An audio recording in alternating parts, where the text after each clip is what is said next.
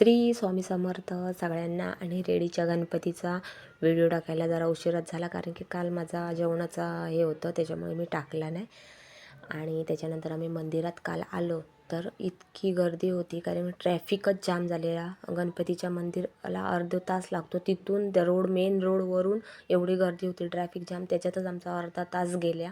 आणि नंतर आम्ही मंदिराकडे पोचलो तर तिथे पण तेच होतं, पण लोक जितकी येत होती तशीच जात होती, एवढी गर्दी होती. आणि काल तर एवढी लोक दर्शनाला येत होती, कारण की आम्ही जाताना तर एवढ्या गाड्या जात होत्या आणि परत रिटर्न येत होते. आणि गर्दीमध्ये म्हटलं काय, गर्दी पण होती, तरी पण माझे मिस्टर बोलायला लागले की गर्दी असली तरी लाईनीतच जायचं आणि दर्शन घ्यायचं.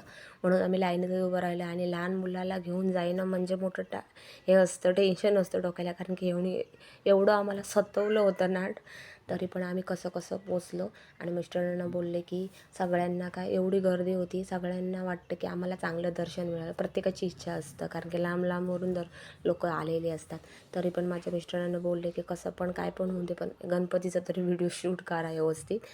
मग थोडाफार आम्हाला मिळालं. तिथून आम्ही लांबूनच मग पाया पडलो. आणि मग माझ्या मुलाला भूक लागली, तर माझ्या मिस्टरांच्या आत्तेची सून इथेच राहते, ती आम्हाला सकाळीच सांगितलेलं की आलात तर तिथे या म्हणून. ती पण आलेली. त्यांच्या घर पण खूप सुंदर आहे, त्याची बहीण आई वगैरे खूप लोक चांगली आहेत ती. आणि त्यांचं घर पण खूप सुंदर आहे. मग तिथे येऊन जरा आम्ही फ्रेश वगैरे झालो, कारण की दुपारी आलेलो. आणि मुलगा पण खूप चिडचिड करत होता, त्याला पण भरवलं वगैरे. आणि असं सुंदर तसं त्यांचं घर वगैरे. आणि घरातली माणसं पण खूप सुंदर आहेत. आणि गावाकडचं घर असतं, हे बघा, अंगण घर हेच चांगलं वाटतं. आणि परिसर पण सुंदर आहे. आणि खूप त्यांचे छोटे छोटे कुत्रे वगैरे छान आहेत, आणि मांजरं पण आहेत त्यांच्याकडे.